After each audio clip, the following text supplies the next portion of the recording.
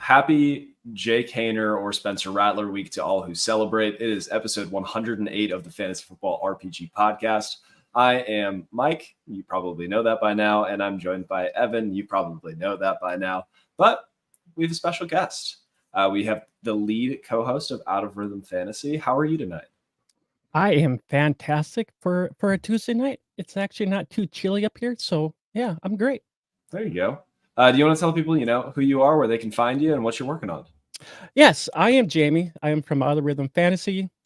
We actually are covering college fantasy. We did NFL, but we transitioned into college, which is I like to say an upcoming, sport in the out of world somewhere in there. But you can actually catch me at Out of Rhythm Fan. The handle's up there. Kind of Sunday night, Monday, I actually put out a top 4 guys for waivers. And then kind of Monday into Tuesday, I actually post a top 9 graphic for just all in general. So that's what I do over there. Yeah. If you guys haven't checked out Jamie's work, feel free. He's really crushing it there. So thank you for keeping us ahead of the curve in the college realm. But we got to get into, the NFL stuff. Before we do, I want to give a quick shout out. Head over to BetMGM, use code LWOS250. I know it's a mouthful, but it stands for Last Word on Sports, which we have just partnered with. So you can find our podcast hosted there. So use code LWOS250. Get $250 in bonus bets. If you have a gambling problem, call 1-800-GAMBLER. Look up all of the things. Take care of yourself. But let's get into some recap from week 5. And now it's time for news and notes. Devontae Adams still, kind of hiding there, trying to figure out hamstring, waiting for a trade. Evan, do you think he's going to play again for the Raiders before getting traded? No, his tenure's done with the Raiders. Very nice. Feel pretty confident about it. Yeah, no, that's fair. Moving on down the list, Nico Collins, he's expected to play this week. Anthony Richardson, Jamie, I want to talk to you about a little bit of AR love. So he's dealing with a hip pointer. Joe Flacco comes in and he slings it. Do you want to have the discussion? Should they go back to Anthony Richardson? Are they just going to try to ride it out with Flacco and see how it goes? Give Richardson extra time to heal? What would you do if you were the Colts in that situation? Well, I've actually had some hip issues, and I know that for a fact. Actually, I would actually stay with Flacco. If he's the guy that's going to get able to toss the ball to Downs or to your other wide receivers, I think Flacco is your best option. But the upside with Anthony Richardson, he's got the rushing capabilities. But I drafted quite a bit of AR5, and I'm kind of regretting it at the moment. But I would go with Flacco. Yeah. The Russian quarterbacks are great for fantasy. Kyler Murray's been killing it. We'll talk about Jayden Daniels' meteoric rise later. But Donovan, I agree with you. Jay is the man. If you guys are listening to the replay of this afterwards, remember, we're live on YouTube every Tuesday at 8:30. Rashee Rice, LCL. Evan, was there any more with that or just LCL out for season? Yeah, I mean, most of the reports said LCL out for the season. They said no significant damage to any of the other ligaments. No significant, but he's read into significant what you mean, what you want at that point. Yeah. It's definitely pretty interesting. It's very, very, very rare that just the LCL snaps. Yep. When that happens, usually other things in the knee go with it. So we'll see how that translates to recovery. We'll see how that translates to the surgery even. Because if there is damage to some of the other ligaments in there, it could take a little bit longer for the swelling to come down. Mm-hmm. Could be interesting. It's like, when you were younger and you would be messing around with your brothers or your friends and you'd break something in the house, but you'd do a little bit to other things. You'd be like, hey, Mom, I broke this, but there's no significant damage to anything else in the house. So don't worry about it. Aaron Jones, MRI. I think he has a similar thing to Anthony Richardson, a hip pointer. He's considered week to week. 29-year-old running back. Maybe they let him ride for a little bit, see what Ty Chandler or the gas man, Myles Gaskin, bring to him. And then let's chat about Derek Carr. So, Jamie, you are the college pro. How did you feel about, Jake Hayner coming out? How did you feel about Spencer Rattler? Who do you think is going to be the quarterback this week? Honestly, I think Rattler would be your best choice in this situation. I know Evan. I know you were kind of a Rattler guy too. So I actually thought they were actually gonna put Rattler in the game, and the other guy didn't really look that good. Toss the balls were just just not even in the grasp of the wide receivers to even grab the ball. So Yep. just off center. I mean, just nothing looked right at all. So like, I would honestly put in Rattler myself, honestly. And if they do go that way, I'll be rushing to actually get Rattler right now. Dude, Yeah. Rattler, if he goes in, is gonna give you reminiscence of Jameis Winston. It's gonna be so fun. He is gonna sling it, and he will not care. It's gonna be a mess. It's gonna be a blast. But anyway, so slight bump down. I didn't think we would bump down these guys based off quarterback play because we were all fired up about Derek Carr. But yeah, slight bump down for Olave, slight bump down for Shaheed. Ooh, is Taysom healthy enough to fill in his quarter? I don't think he would fill in his quarterback. I think they like him as the gadget RB2 / tight end 2 / wide receiver 3 / quarterback at the goal line. But there will be packages built for him whenever he does recover from his rib injury. I know that he has broken ribs, which they can try to play through him, but that's always kind of difficult. I know because I had Taysom Hill in my super flex, and I just left him there, and I'm like, even though he was out, I'm like, I had no other options, and I'm just like, bleh. It's tough. It is. Last up for week 5 news, Robert Saleh fired and escorted out of the building. He was not notified ahead of time that he would be relieved of his duties as the New York Jets head coach. Evan, what does this say about the Jets organization? Dumpster fire, absolute dumpster fire. And they should definitely get rid of Joe Douglas so the Eagles can bring him back as head of player personnel scouting. He was good, and I absolutely miss him because Howie cannot draft to save his life. He needs somebody to tell him who to draft. Yep. Just bad organizations stay bad when ownership and management and the people that are making decisions continue to make poor decisions. So not great. And then real quick, big news. Drake May. Oh, go ahead, Jamie. I was gonna say, did you guys see that meme with Aaron Rodgers and Wilson, 93 to 93 points? And I'm like, that was just the most funniest thing I've ever seen. I'm like, we all thought Aaron Rodgers was going to be that guy to actually like get him over the hump, and we have not seen that yet. So I'm like, what? With the weapons he has, he should be able to gotten them over this hump by now. Yep. I thought Saleh's whole calling card was a good defense, and then they brought in a Hall of Fame quarterback to fix the offense.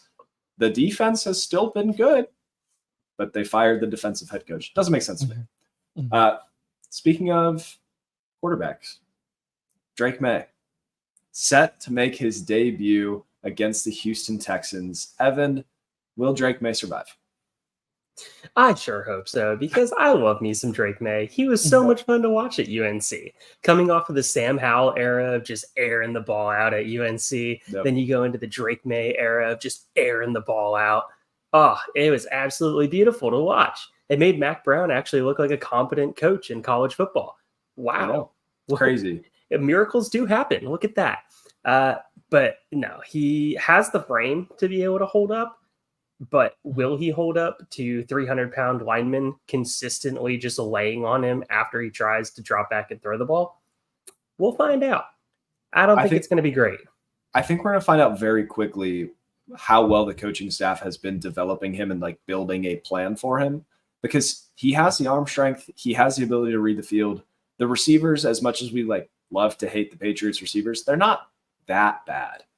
So there's a world where Drake May goes out there and he throws for like 220 yards, and we're all really excited about it. Mike, name me 5 better wide receiver crews than the Patriots wide receivers. As a group. You want 5 better teams than the Patriots? 5 better teams at wide receiver. No, worse. Sorry, worse. Oh, okay. I was better. Well, I'll just start at AFC North and then name all of the teams, and then AFC East and name all of the teams. Worse, I would say, are we including pass catchers total? No, just wide receivers. I would say the Bills. That's contested, though. Yes. I would say the Rams. Rams okay. with Puka and currently Cutler. though. Yep. That's That's a different. great answer. That's a great different, though. answer. Come on, week 7's right around the corner. The Commanders could be close. Listen, Terry's a great one, but I would say that Polk, Pop, Okay. and then if you feel how you feel about KJ Osborne, Javon Baker, they eat Olamide Zacchaeus for breakfast. So that's 2. Okay, I see You want the Broncos over him? Oh no, okay. So the Broncos as well, and I think that's the end of the list. There's you can talk about the Panthers, you can talk about the Steelers, you can talk about. That's it. Still better wide receiver rooms. Yep. And the offensive line sucks. So if you do think about the Patriots, they do have talent there. It's just that none of them can come out to be what they should have been. Like Keyshawn Boutte, he was drafted. He should have been something. He came from LSU. That's a team that comes from high wide receivers. He hasn't done really anything. I mean, I think a lot of it comes down to their mentality. They're not really. There's more like this team should be good. They have the talent there. They just haven't perceived it yet. Appreciate you giving us this time, Mike. But we'll have a little bit more time later to talk about Drake May. So let's do recap first, and then we'll head into our main segment. So some takeaways from week 5. Evan, you wrote the Browns are in for a rough season. The Jets are in for a rough season. In order to make this so we have enough time to talk about as many rookies as possible, whose situation is worse? Browns, 100%. I think it's the Browns by a mile. There is no question. The Browns are in a worse situation, and it sucks. It's a city that's trying to raise money for a new stadium because they deserve a new stadium. Yeah. Like everything that organization has gone through, they need some kind of hope. They need some kind of something. I mean, Browns fans are out here saying, screw raising money for a new stadium. We need to raise money to ship Deshaun Watson over to Europe. Yeah. I was listening to PFF's the NFL Stock Exchange, which if you guys don't listen to that, it's a good way to stay ahead of the curve on your scouting game.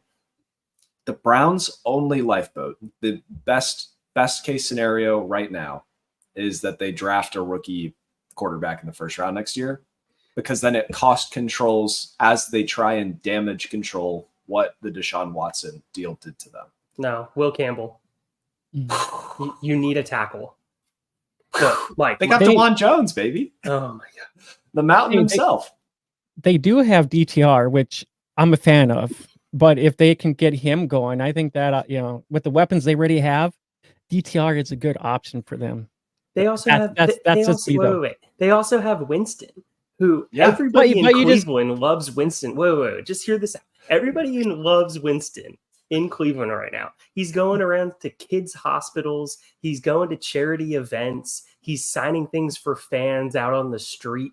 Like, Winston is the man that city could rally behind, even if he just keeps the games close. He doesn't even need to win it. He needs to keep them fun. Sure.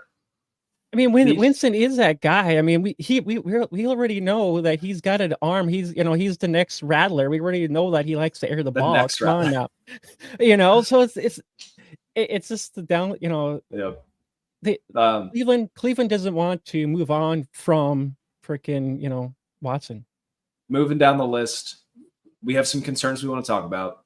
I'm just gonna blanket this now. I'm concerned about all Browns offensive players until Watson is benched.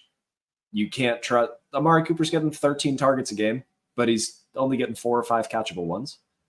Jerry Jeudy's getting 9 to 10 targets a game. He's only getting 3 catchable ones. It's tough. So is there a Browns offensive player that you would start with confidence, or are they all just flex options that you're praying for a touchdown? No, they're all flexes. All right. Maybe the next coach to get fired, Doug Peterson with the Jags. So Tank Bigsby looks great. They can't put him on the field because they've invested in ETN. The offense looks suspect at best. They're not coming together around Lawrence the way that they should. So I'm going to ask both of you, use code LWS250, over under week 9.5, Doug Peterson gets fired. I'm going to go later in the season. Okay. We're at week. Well, I think we go under with this one because I mean, if they're not looking that great right now, I mean, they already fired one coach already. So I mean, if they're not doing anything now, I mean, why not just like time for a change? I will say, here's their schedule coming up. They have the Bears this week. They have the Patriots the following week, and then the Packers and the Eagles. If they lose one of the two games of, preseason, we probably would have picked like Bears is going to be a tough game, but they should win that. Patriots, they should win that. If they lose both of those games, it could be Peterson's gone. So I'm going to go over because I think that they do win those games as they should, but we'll see. Evan, I'm not concerned about the Seahawks defense being broken. That was a nice note. And let's talk about the Commander. No, let's talk about the Commanders when we get to Jayden Daniels. Why are you trying to get ahead of the game plan, Evan? Vikings 5-0. When do they get their next loss? I'm going to read off the Vikings schedule right now. So their next loss is this week. They play the Lions. No, well, it's Dallas. in 2 weeks. Yeah, they play Dallas this week. I know the Lions they play Dallas. are on bye this week, unless Google is wrong. So, am I crazy? No, they should be. They should be on bye. Yeah. Okay. So, Vikings are on bye. Then they get the Lions after the bye. Evan, are they winning that game? Yes. Jamie, are they winning that game? Ooh, that's gonna be a close one. I think they lose that game.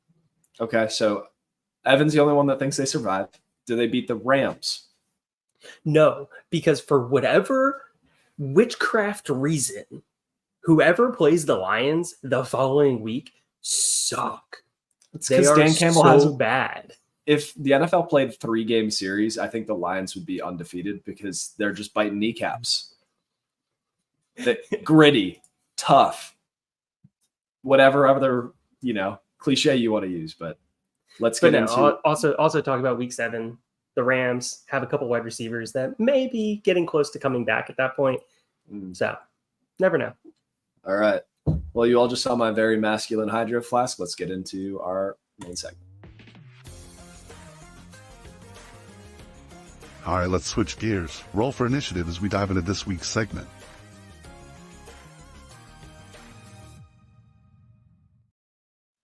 All right, we're going to talk about the biggest risers and fallers among the 2024 rookie class.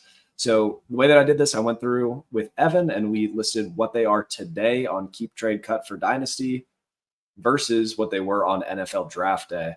So I'm going to name some bigger names, but we're only going to talk about the ones that have moved substantially. Caleb Williams, he was the QB7. Now he is the QB10. Not that big of a move. Not really that concerned. Let's talk about the meteoric rise of Jayden Daniels. He was the quarterback 12 after the draft. As of today, he is not just the quarterback one. He is the overall highest valued player on KTC, and that's why it's a very dangerous tool. Only use it for sanity checks.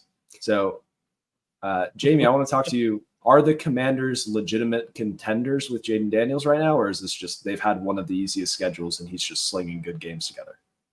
I think the schedule comes to play in this too, but I think the upside of Daniels is a little bit better than Williams, which I like. If you think about it, Daniels actually is like he's actually top 4 in fantasy rookie QBs, fantasy points in the QBs from the QBs. 4 passing touchdowns, 4 rushing. I mean, Caleb Williams hasn't done that yet. I like the upside of Daniels. I drafted him quite a bit, and he actually was drafted between the 7th and 8th round, which is great value for a guy like this that's actually got tons of upside. So if you got him in that in that round, you're happy with that. And then I like to say he's top 10 the rest of the year, but he has Baltimore, Pittsburgh, Philly, and Dallas too as well. Yeah, it's a tough way to close it out. I think they're going to sneak into an NFC playoff spot, which if you told Commanders fans that a year ago, they would be over the moon. A lot of them would probably think it was with Sam Howell, but Evan, do you think so? We all agree, not the quarterback one, right? I think that should still be either Josh Allen or Lamar Jackson or somebody else. Is QB3 off the table? Call me biased, call me whatever you want, but Jalen Hurts is still ahead of him, baby. Okay. I mean, is Jalen Hurts scoring more points than him?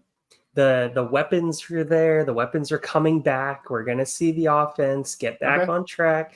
A.J. Brown is a freak. Love to get him the ball. He hasn't been playing. Smitty's been trying to do it all himself.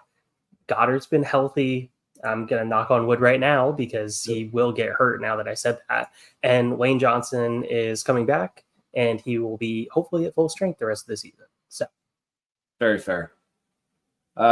Jamie, do you agree? Like QB4? QB5? I think that there's an argument to be made that he's in the tier of the top guys.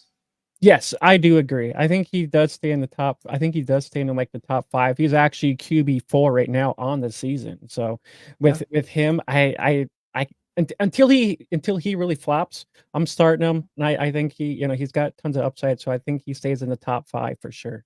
Yep. Redraft leagues, if you drafted him, you're keeping him. You can probably drop your other quarterback and just ride out with Daniels. And if he gets hurt when he's on bye, then you can play the waiver game. But you have a plug-and-play starter the rest of the way. Last thing I want to talk about Jayden Daniels, because this is something that everyone talked about pre-draft, that pressure to sack percentage. I'm going to list off some players. So I have EPA lost per sack this year. So when he is getting sacked, it's because he's running towards the line, and rather than losing 6 yards, he's losing 2. Rather than losing 8 yards, he's losing 1. Some guys that are losing more EPA per play on sacks.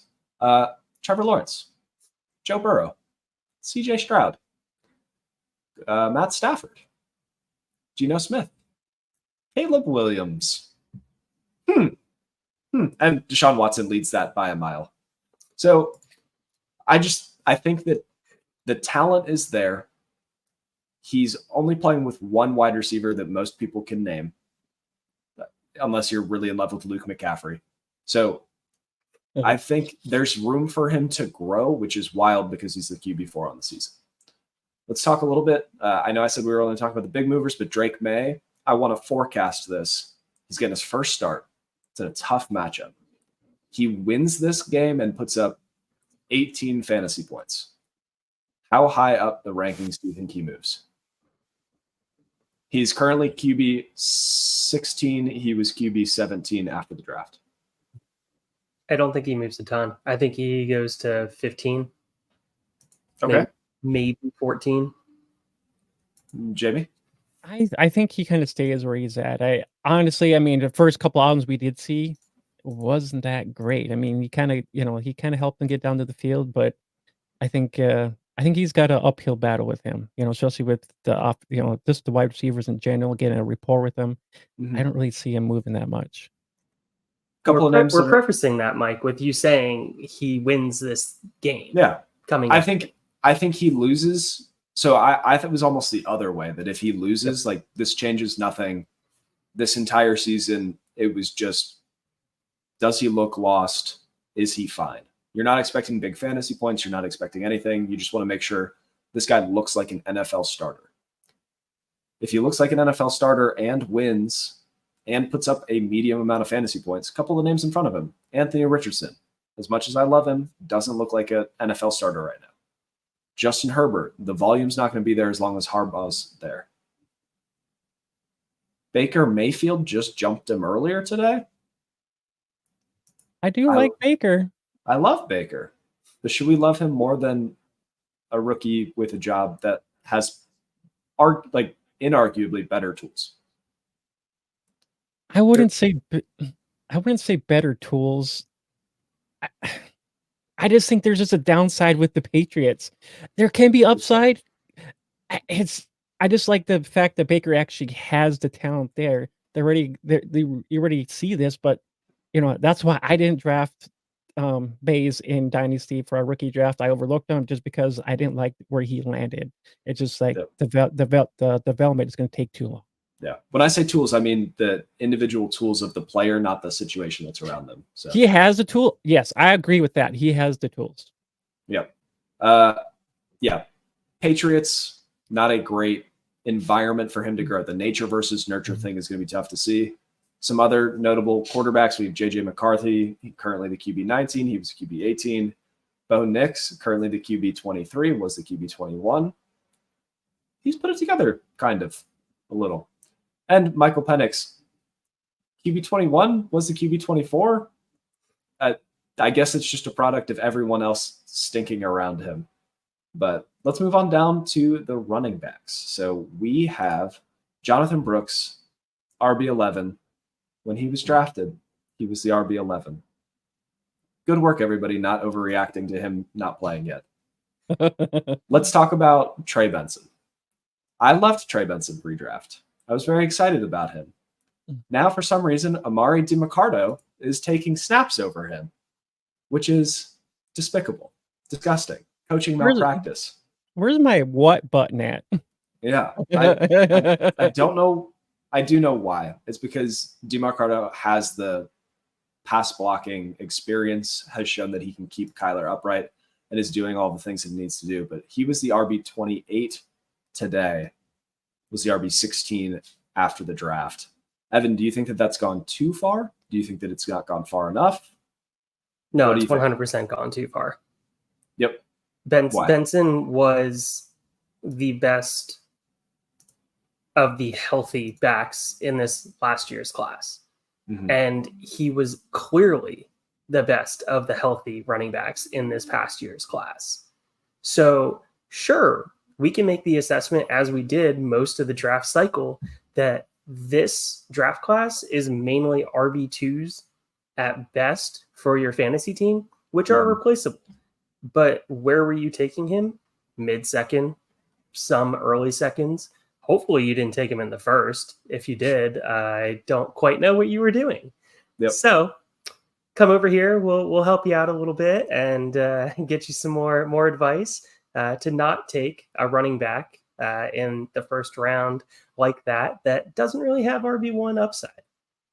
I think he could have RB1 upside if James Conner disappeared. Yeah, for a season. Yeah. Jamie, Yep, go ahead. I was just going to say, I think Benson is a 2025 guy we look at. If you look at it, he's only had 25 rushes on the season. Connor's got a lot more of it. We got, Amari kind of in there, but, Benson is getting most of the carry, the rushing carries in that back with that inside that backfield. Not much in the passing game either. So, I think Benson is a guy we look at next year. If you thought Benson was a play for this year, you obviously didn't watch a single down of preseason football, and you obviously have no idea how NFL franchises work, because that's not how they operate. If I may offer, what is James Conner's contract right now? I think he's up this year. Should be after this year. Yeah, I was going to say he's only got 1 year. Yep. So he's done after the season. He's going to be 30 years old. Worst case scenario, they bring him back for another year. He still looks like he has the juice, like he's making the most of his touches, but I just want whatever running back is starting in this offense, and I hope that it's Trey Benson before long. This is the constant cycle that we go through with running backs in Dynasty. In the offseason, we're all about, here's the young guy that's going to overtake the backfield. And then September 3rd hits. And give me all the old farts that are still around, running the ball 20 times a game. Derrick Henry has an 80-yard touchdown, and all of a sudden he's the RB12 again. He was like the RB25 in the offseason. Now he's right back up where he was. Somebody asked me for a first and second for him today, and I said, no, thank you. But moving on down, Blake Corum, another guy we expected him to be like a longer-term play. Hands up. My bad. I thought he would get a little bit of work this year. I did not think that he was going to just ride the pine the whole year. He was the RB26 following the draft. Now he is the RB39. Evan, how worried are you about Blake Corum right now? None at all, considering that I saw him as a injury replacement in an offense that gives probably about 85 to 90% of the snaps to a single running back. And that's exactly what the offense does. So when that injury to Kyron eventually happens, unfortunately, it's just historically happened. That's not wish casting anything. That is just stating history. Yep. When that happens, if you have him on your roster, he's a plug and play. And I don't even think twice about it. He's a plug and play RB, not even a flex. Yeah. Completely agree. I'm still kind of hesitant because I mean, you know, most of us we want that, you know, that RB1, we want that RB1 stuff. You know, I mean, we want him getting the ball. I mean, so I mean, with Williams kind of being there, it's kind of like you struggle to kind of put him in your lineups. I mean, I only see maybe like 1 or 2 red zone targets for him, so they're not really using him that much. So it's kind of like for me, I'm kind of like I'm 50-50 on this. The offense will look completely different once Puka and Cup come back. I guarantee you it is a completely different offense right now because of the personnel that they're having. But yes, I absolutely, to answer one of the questions there. Yeah. Let's hit it. Do you I absolutely see him as a buy 100%. What is the highest draft pick that you'd be willing to trade? So let's say you're in a super flex league. Would you offer a 2025 second for him? Sure, because I'm confident that he is a good running back. And if I'm offering a 25 second, I'm assuming that I can bank on him for next year. Okay. Jamie, would you do a 25 second? I probably would. I mean, we saw what he did last year with Michigan. He's got the talent there. So I mean, if Williams is gone, yeah, I'd be totally down. I mean, I've got a couple shares of him, so I mean, like, I'm down with this guy. I mean, I like what he does. Yeah. I don't even need Williams gone. I just need to know what I'm expecting out of Corum. And what I'm expecting out of Corum is filling in for this year and next year in a backfield that when he plays, he's a clear plug and play. Yep. You are holding him as not a roster clogger. He is your best handcuff. Yep. The moment that Williams misses time, he's RB1 is in the range of outcomes in any given week with him out. We have another good question from Dalton. Dalton, thanks for listening. Good sell window on Mason. Send him away for Jacobs straight up. Yes, 1,000%. Christian McCaffrey got some good news. They think that he's going to come back a little bit sooner than they originally thought. So if you're holding on to Jordan Mason right now, you get an offer for Josh Jacobs, do it. Jump on it. That's a guy with a job versus a guy that won't have a job soon. Also, a guy that's getting a ton of carries right now. I get it. Lloyd's going to be back at some point, but some point ain't now, and some point ain't in the very, very near future. Isn't Lloyd on IR right now at the moment? Yes, he is. Speaking of Marshawn Lloyd, before the draft or right after the draft, he was the RB36. Now he is the RB49. That will happen when a rookie running back ends up on IR and Emmanuel Wilson looks good. So let's not talk about the prices because I think we all agree he's a running back on a 53 that looks like he'll be the handcuff. Do we think that he is the handcuff? Is he going to be the guy, or is this going to be, if Josh Jacobs goes down, it becomes a gross 2-headed backfield? Well, it's typically a 2-headed backfield in Green Bay. So, yeah, Lloyd is the lightning that will be in that backfield. He's going to come in as the back that is going to be the high efficiency back that they're going to be expecting to average 5+ yards a carry. And he's not going to see a ton of carries, but every time he touches the ball, there is that potential for a 50-yard run to the house. Yep. Jim? I've kind of, I was kind of like, I don't like this guy. I mean, when I first kind of was like, ooh, only because he was, a Trojan. So I'm like, I don't like this guy already, So I think it takes a little time to get accustomed to the name, where they come from. Do they have upside? Do they have downside? Can they actually do what their talent has for them? I was kind of like out on on Lloyd, but I actually kind of drafted him. So I'm like, I'm going to take risks, so it's that's the whole point of the fantasy. Let's take some risks and see what happens. And if you don't like it, well, hey, there's next year. Yep. So, yeah. I think Marshawn Lloyd is a fine backup running back that adds, Evan, you great point, a little bit of lightning. So Hopefully he comes back healthy. We're rooting for him in his recovery. But let's talk about the real RB1 of the class, Bucky Irving. Right after the draft, he was the RB48 because he's small and slow. Now he is the RB21 because he's good at football. Do we think that the Buccaneers split becomes more of a 50-50? Do we think it continues to be Irving on all of these gadget touches and White on all of the goal line and pass catching downs? Like, Evan, you're the resident Bucky Irving truther. Talk to me. Dude, who would have ever guessed that a inefficient back in Rachaad White would be surpassed by a back that can make the most in short area quickness and be able to pick up little chunks of yards? Maybe not the home run play, but what does this offense need? They need, with Baker, to stay ahead of the chains. They need to stay on target with it. Bucky's not losing you yards. He's getting you those yards. He's changing his body, adjusting his body for the hit. He's getting that little side shuffle to be able to get out of the way to be hit forward for a couple yards extra. It should be a 60-40 White Irving split. Evan, I have a fun fact for you. Bucky Irving and Rachaad White through week 5, 44 carries to 51, Irving with 44. Irving has 60 more yards, is averaging almost 2 full more yards per carry, and is the only one with a touchdown, despite the fact that they were not giving all the goal line work to Rachaad White. So, I mean, you remember the midseason takes that we had last year, Mike. Yeah. No, I know. Jamie, what was your pre-draft Jamie was there take? too. Yeah. What was your pre-draft take on Bucky, and how much do you love him? We if you actually did go out and check our channel out, we actually did cover Bucky in a college spotlight, and we were high on him just because. And we did actually have I actually had a graph where he was second among Blake Watson and then Ray Davis. So we are high on him just because of his athleticism. The game, all of it, the pass game out of the backfield was totally great. So we were very high on him coming out, and I was trying to get him wherever I could too as well. Yeah, we love Bucky. We did a little film study. We live watched some clips and talked about him on here.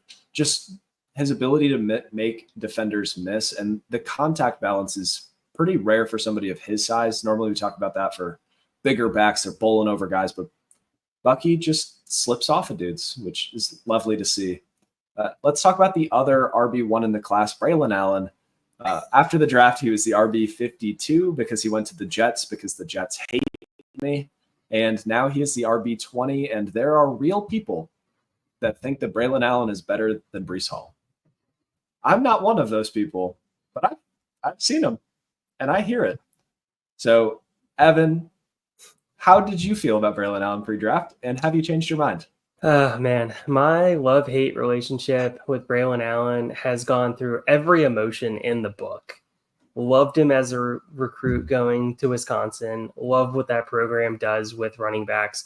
Loved him his freshman year as a 17-year-old, absolutely dominating the Big Ten. Second year, just didn't see improvement. Third year, they switched to the air raid offense. Oh, okay. Yeah. Without a quarterback that could throw. Yeah, exactly. Without a quarterback that can actually push the ball outside the numbers. Wow, that's going to work out great.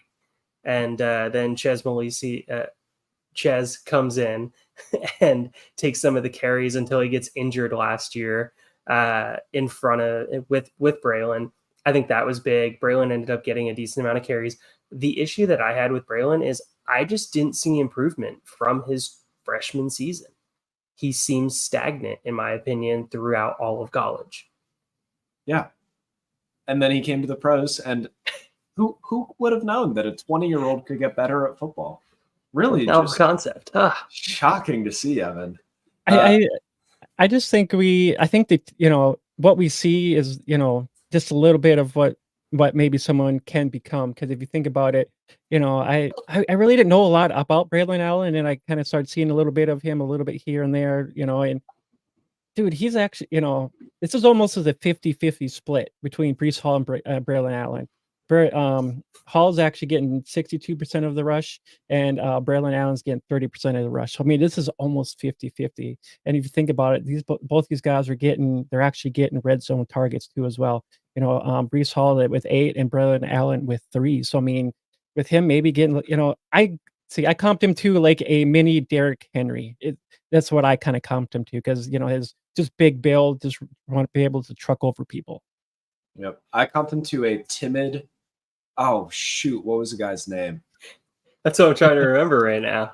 Brandon Jacobs. Timid Brandon Jacobs. But the timid part went away. Like, he's running with confidence. We love to see it. We got to keep moving down this list. We have a question from Howard Lintelli. I had to look that up on Twitter. He wants to know how much you would spend in fab on our next back, Tyrone Tracy. After the draft, he was the RB 143. Now he's the RB 41. So you're in a dynasty league. You have room on your bench. How much fab would you blow on Tyrone Tracy? I'll let you guys go first because I don't want to sway the conversation. Not enough to buy him. That is my short answer.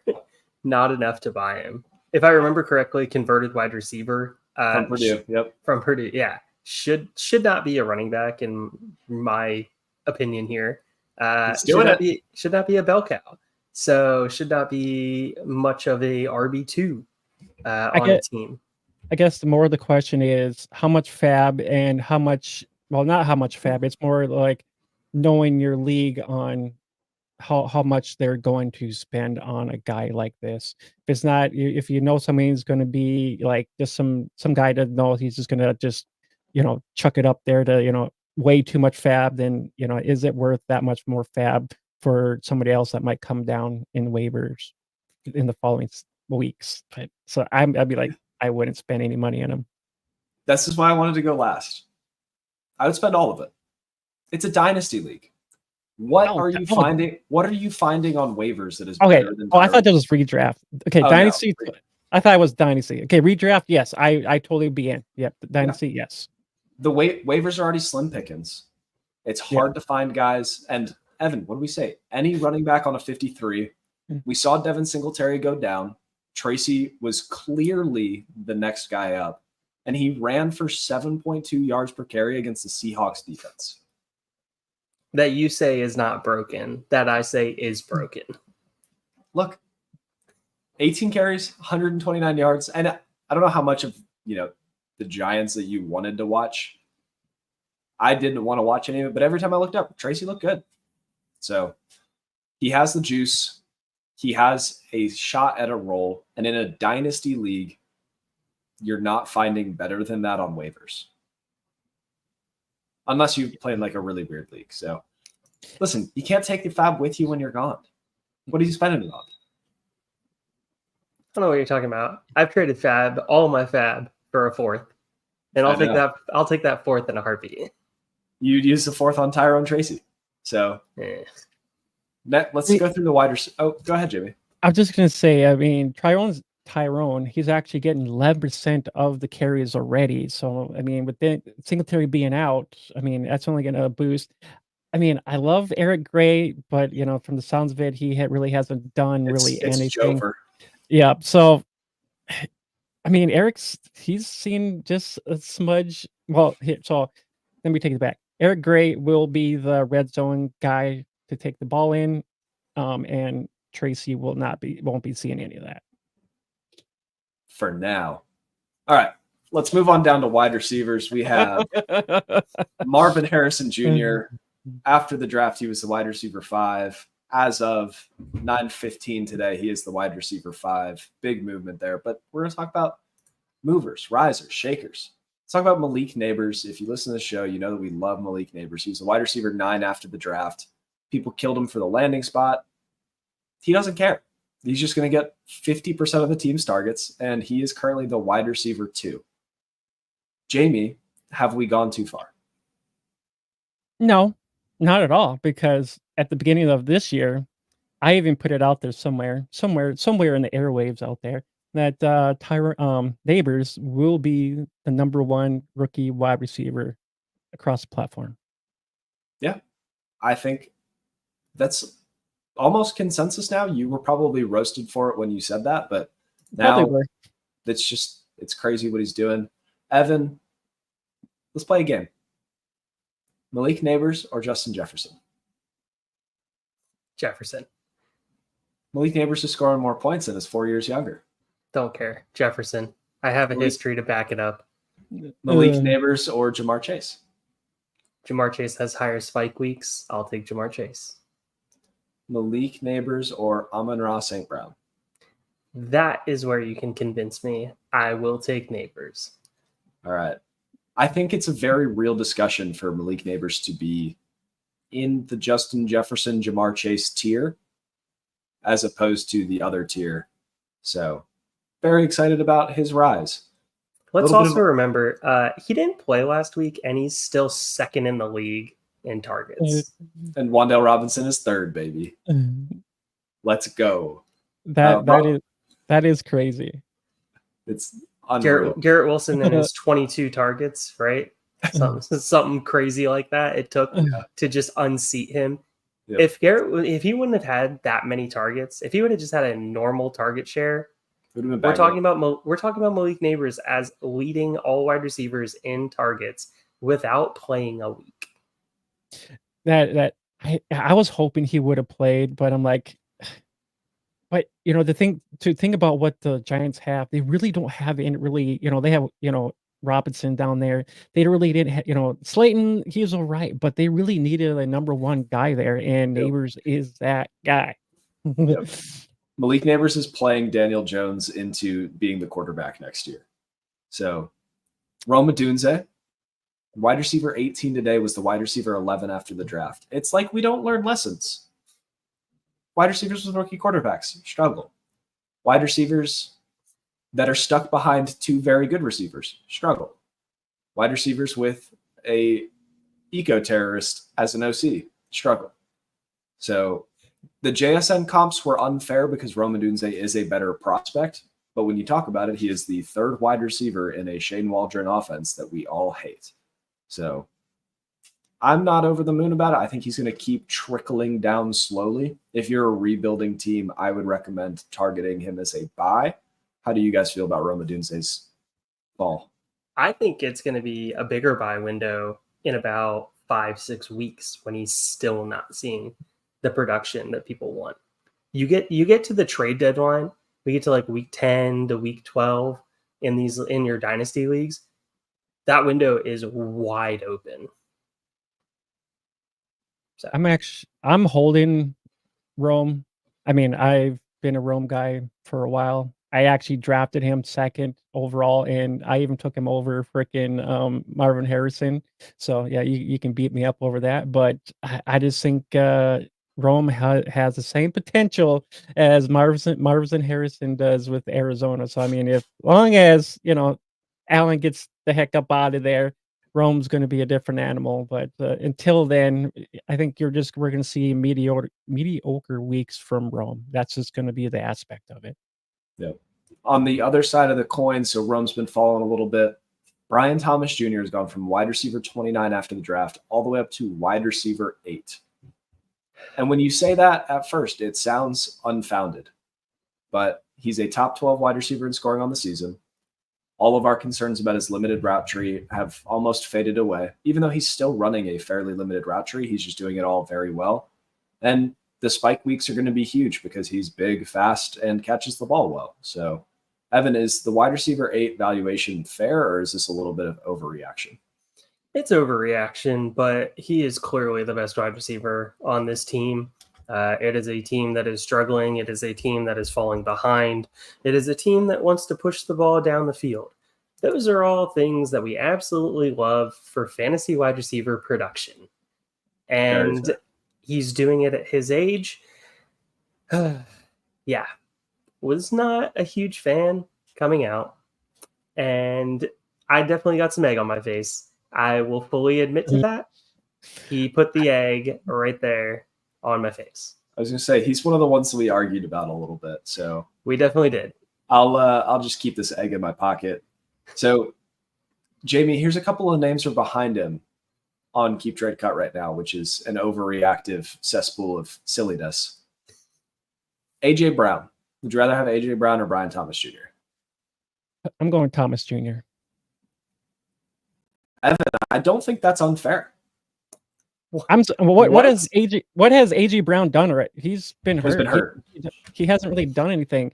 Like I did not like AJ Brown. I didn't even draft him. I actually took Brian Thomas in some of my leagues. Oh my goodness! You can actually get this guy like in the 7th, 8th round in the redraft. In Dynasty, he was a 2nd round draft pick. Hey, I'll take Thomas just because there's the opportunity of him getting more targets, more touchdowns.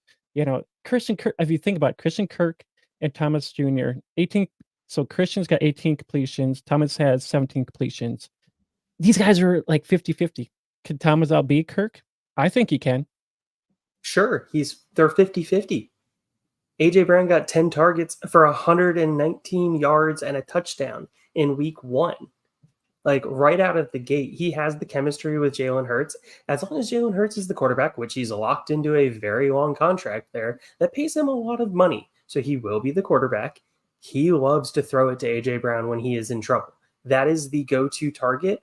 Let's also remember what I talked about, history of production. Oh, yeah.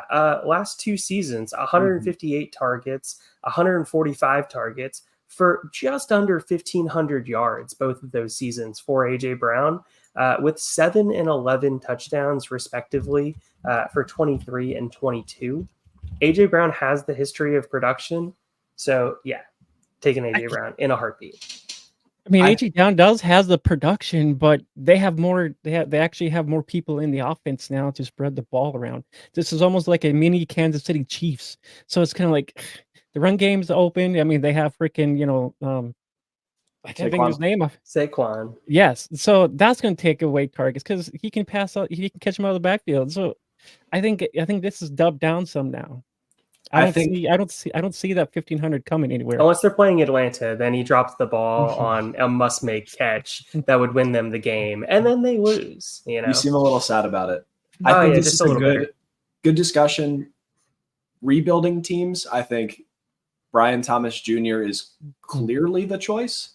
I think competing teams, you need to have that discussion. Like, do you want to wait for AJ Brown or see if he gets re-dinged up, or do you want to stay with the lower ceiling player but with a longer career in Brian Thomas? So we'll see how it goes. Xavier Worthy, big mover. After the draft, he was the wide receiver 26. Now he's the wide receiver 25. So you're welcome, everybody. Was in on that. Lad McConkey, sorry, I missed this one. He was wide receiver 29 after the draft. Now he's wide receiver 30. I feel like I've let you all down. But you're a dad for Lad. Come on, Mike. I'm the leader of dads for Lad. But let's talk about some of the guys that have actually been moving. Troy Franklin, he went from wide receiver 55 with, I mean, even pre-draft, there were some spikes where we're talking like wide receiver 38, 39. Like there were some truthers in there. And now he's dead. So, Evan, any excitement for the future for Troy Franklin, or get him off your roster, find the guy that still believes, get a third? If anybody believes and wants him for a third, you sell him for a third. Not the answer, not the guy that you want. Cortland Sutton is the only wide receiver in this offense that is worth rostering. Yeah, not even starting, worth rostering, period. I think that's fair. Jamie, do you disagree or same page? No, I'm on the same page. I saw that Bo Nix to wannabe Franklin pass, and the connection was not there. I'm like, what? That's very sad. I was hoping for high hopes just for Franklin, just because there was the opportunity in this core for him to, unleash his talents, and we have not seen that yet.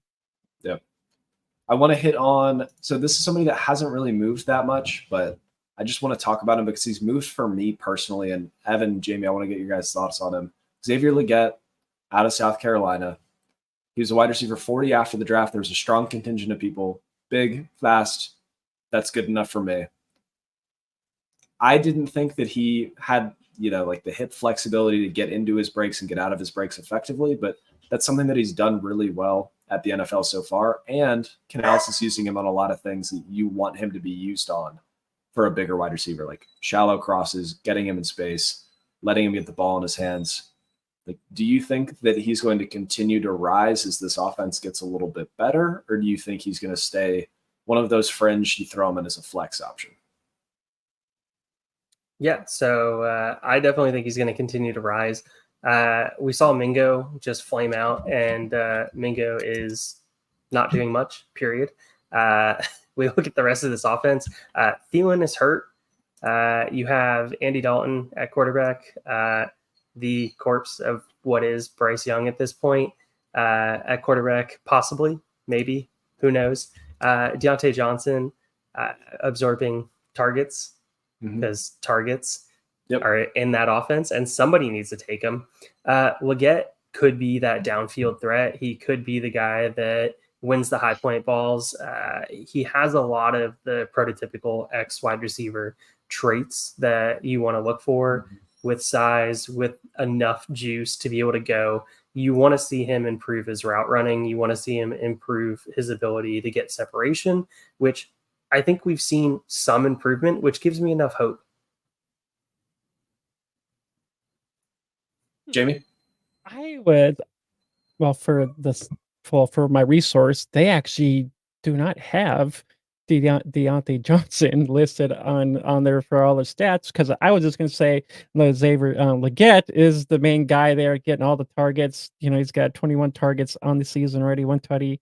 So, I mean, they're giving him as long as they stay with the red rifle, I think he's going to be on the rise, because no one else has really done anything. Mingo, he's kind of, we thought maybe he was going to bounce up and do a little bit more this season. We did not. That. So, that's the unfortunate, this is the unfortunate. I like Leggett. I have him in a couple of leagues. I actually got him in, not my flex, actually starting as a wide receiver, but unfortunately I think he is injured now. So I'm like, so kind of downfall, but he does have a lot of upside. So he is 9th in rookie fantasy points. Yeah, other than that, I like what he's got. He's actually seen 4 targets already in the red zone already compared to everybody else. So there's targeting him quite a bit in the red zone. Yeah. All right, let's hit one more guy. Jamie, tell the people where they can find your work, and then tell them how you feel about Javon Baker. Ooh, well, you guys can find me at iRhythm Fan on X. We have a YouTube channel too as well. We actually do college fantasy. You can find us we go live every Wednesday around 7:00 Central Standard Time.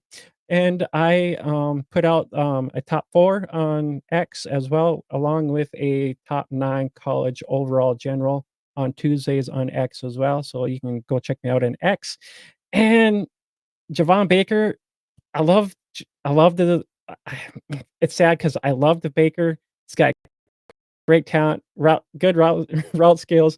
If you guys want to, we actually did another college spotlight on Javon Baker. We actually have a list over there on YouTube as well. So it gives you all the lists of what we got this year's talents we talked about. And we will be talking about some more talents for the 2025 season coming up. So come subscribe, follow us. We do have audio versions as well. Yeah, go check out Jamie and all of his great work. Thank you so much for coming on the show. Evan, tell me, is Javon Baker getting any more runs this season? Javon Baker is not good enough to be in your lineup, and he should not be on your roster. If somebody else in your league will take him for a third, happily send him away. I think he might get I want to see what the splits look like with Drake May before I write him off for dead. But if he doesn't get 40% of snaps this weekend, just find anything. Sell him for fab. Doesn't matter. He is DOA, dead on arrival. But thanks so much for coming on tonight. I hope you guys had fun. If you guys are still listening at home, click like, subscribe, send it to your mom, because we love moms on this show. Bye-bye.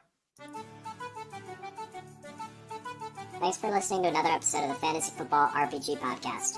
You can find us on Twitter at FFRPGPod and at FFMikeCash with a K.